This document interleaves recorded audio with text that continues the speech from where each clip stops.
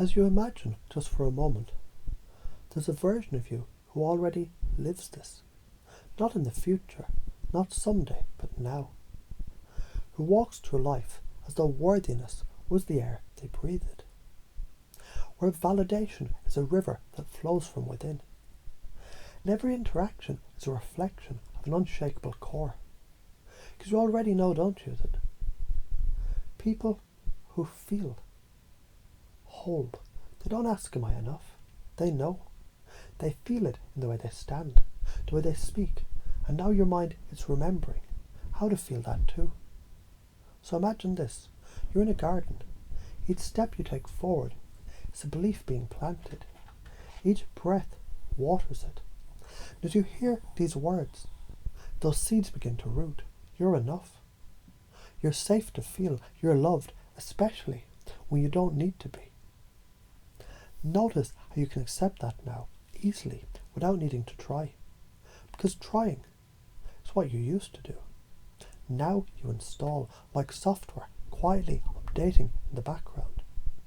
Installing self-worth, independent of others. Uploading confidence in uncertainty. Activating resilience as your nature. As that version of you rises, the one who embraces setbacks as feedback, the one who knows that emotions are not obstacles but they're messages, that version already knows, I'm not what happened to me, I'm what I choose to become. Nested deep in that truth is freedom. You see, people used to believe that validation came from the outside. But you've remembered a higher pattern now. And this internal mirror reflects only truth, your truth. That you are your own source of attention, of love, of joy. Not because others give it, but because you already are it.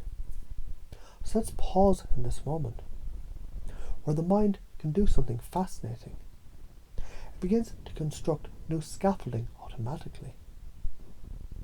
When the belief failure is feedback is locked in, suddenly mistakes aren't shameful, they're gold. When state controls reality, it becomes your operating code.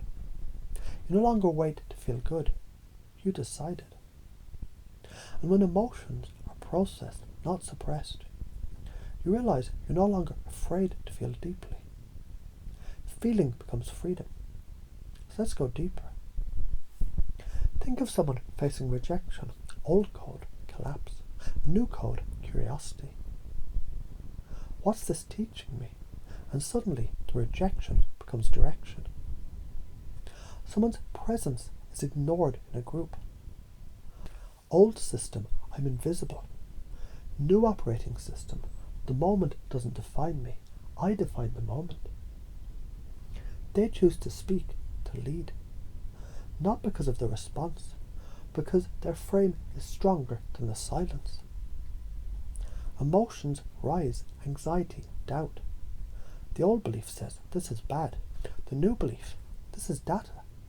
I can breathe into it, I can redirect it. And they do. Now you do.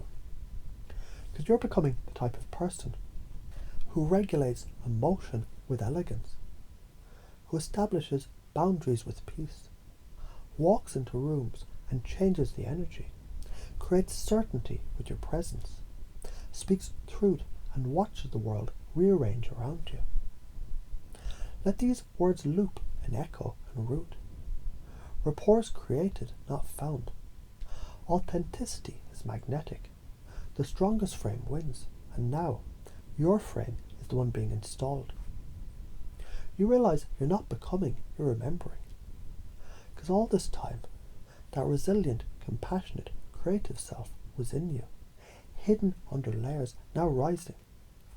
Every breath is integration. Every repetition is embodiment. Every moment is activation. You're not learning this, you're installing this. Not reading, but embodying. Not analyzing, but absorbing.